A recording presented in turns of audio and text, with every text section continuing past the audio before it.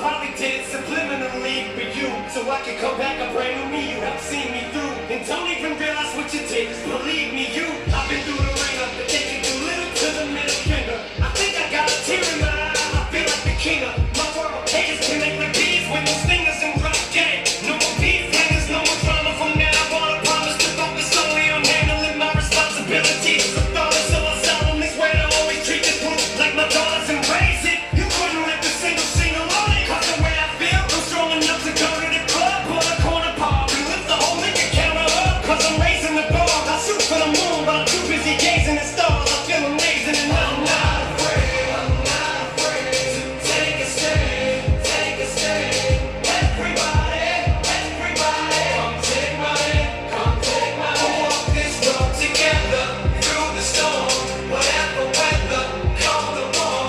Just let you know that you're not alone. If you feel like you've been down the same road.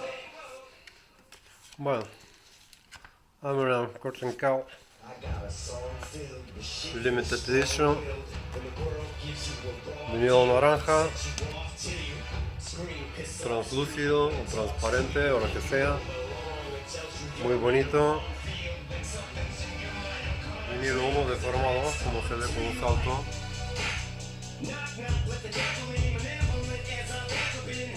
Bastante pronunciado, no salta la aguja, pero el sonido no convence. El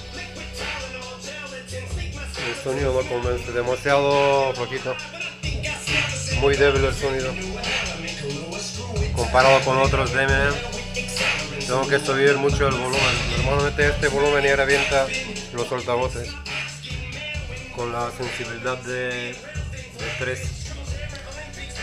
A ver si lo puedo quitar aquí. El mío sigue 40, ahora lo tengo en 3. La aguja es de muy bajo voltaje de salida, 0,15 voltios, microvoltios. Quizás con una de 2,5-3 voltios de salida dará más sonido, pero no me convence, demasiado apagado el sonido.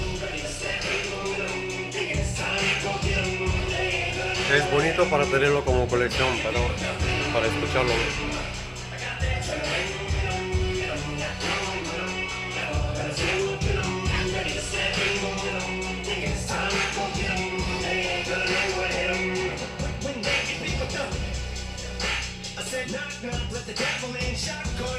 Demasiado flojito el sonido. La primera edición normalito de Curtain Cow One. El vinilo negro suena de maravilla.